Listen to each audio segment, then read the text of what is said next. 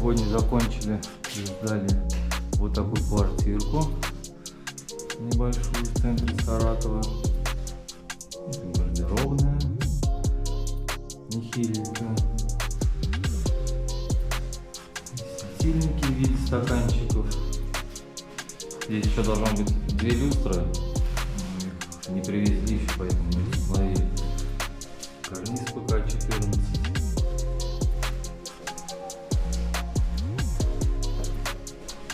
Вся квартира в светлых тонах таких.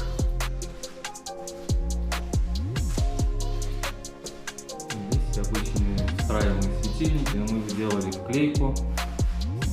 Вклеили. Углом поставили диффузоры. Вот такие вот. Или вент-решетки, кто их как называет. Потому что когда на улице сильный ветер, и именно в этой комнате потолок начинает надуваться. То есть его прям к земле тянет от основного потолка. Обычно наоборот втягивает, когда окно открываешь там, в 2 комнатах, и начинает его присасывать, а это наоборот втягивает. Мы поставили вент-решетки, положение вроде исправило. Дальше будем смотреть. Ванная комната. Тоже светильники все вклеили, внутренняя вклейка. Поставили такие вытяжки. Тоже как симпатичные. Санузел. Тоже такая же вытяжка стоит. Закладная.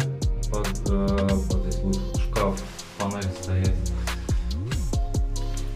Кухня-гостиная. Горящий профиль по одной стене. И один балкон. Ничего, балкон тоже сделали. Все готово.